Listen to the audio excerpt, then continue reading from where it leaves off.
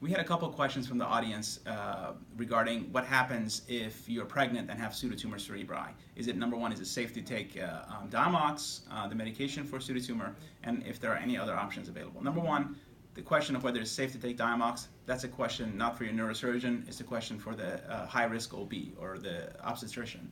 I think they're the ones that are best equipped to answer that. Number two, other options, obviously we will not do this procedure, the venous sinus stenting, in a patient that's pregnant because of obvious reasons. You don't want to expose the unborn fetus to X-ray radiation, which is what you use when you do this procedure, right? We would wait for that patient to deliver the baby, and if they still had pseudotumor afterwards and their vision was at risk, then they would be a candidate.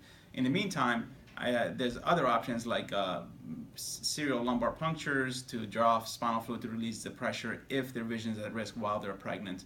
But other things like shunting and are a little bit less desirable in a general anesthesia. General anesthesia while pregnant is risky for both mom and fetus, and also doing the stent while you're pregnant, you have to give contrast, which is also hard on the fetus as well and the baby. Yeah, so we stay away from that. Yeah, we stay away from that during. But there are other ways to handle it, which is the spinal taps and such. Maybe like optic that. nerve fenestration if the symptoms are very bad and the vision loss is really.